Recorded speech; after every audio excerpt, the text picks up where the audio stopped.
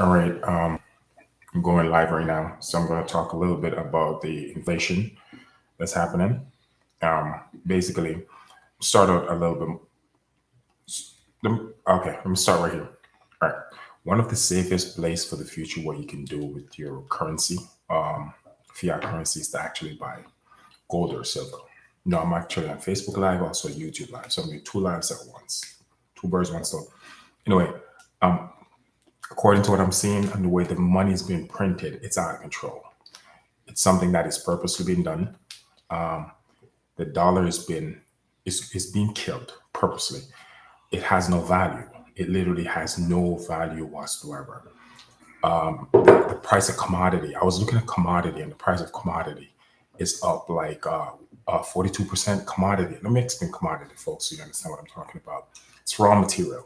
It's what makes the stuff that we use, electronics, the raw material that made the electronics, food and stuff like that is going through the roof. And this is just the beginning of what's actually coming. A lot of you guys are not prepared for that. All right. Saving money is the worst thing you could do. As you're saving it, they're printing it. Why should you save something that they print in out of thin air? It doesn't make no sense.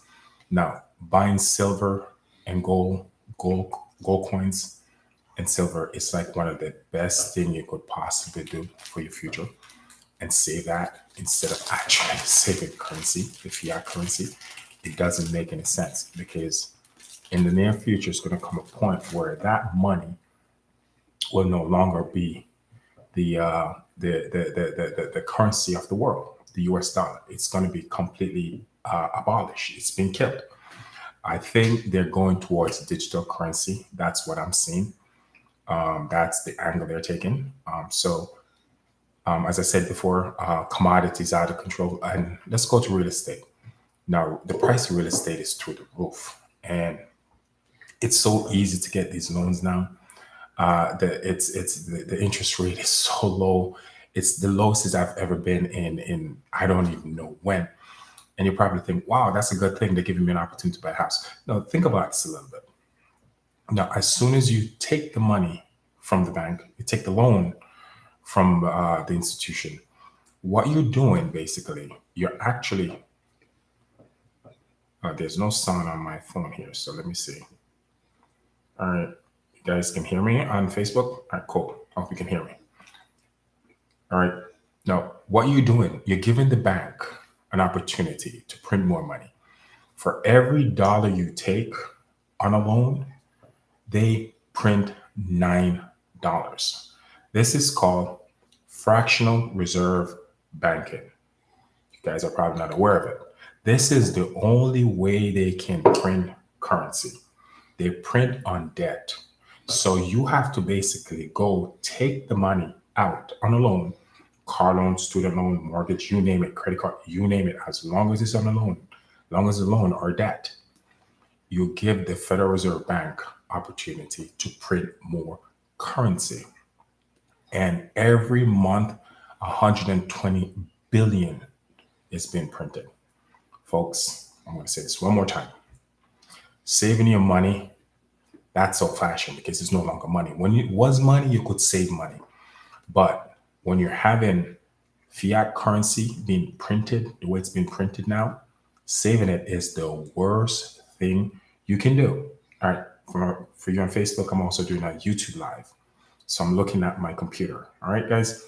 So saving the money is the worst thing ever because they're just printing it. And the value of that currency keep going down. Now, that's why the house market is going up. It's basically now at an all-time high. And you're probably doing backflip thinking, wow, house market is doing great. No, that's not a good thing. That is not a good thing. That commodity prices are now did a 40% increase from 2020 to now. 40%. Commodity is raw material that make the stuff that we use. It went up 40%. If the stuff that make everything that we use went up in price, what do you think going to happen to the stuff that we use? Food, phone, cars. It's going to increase in value.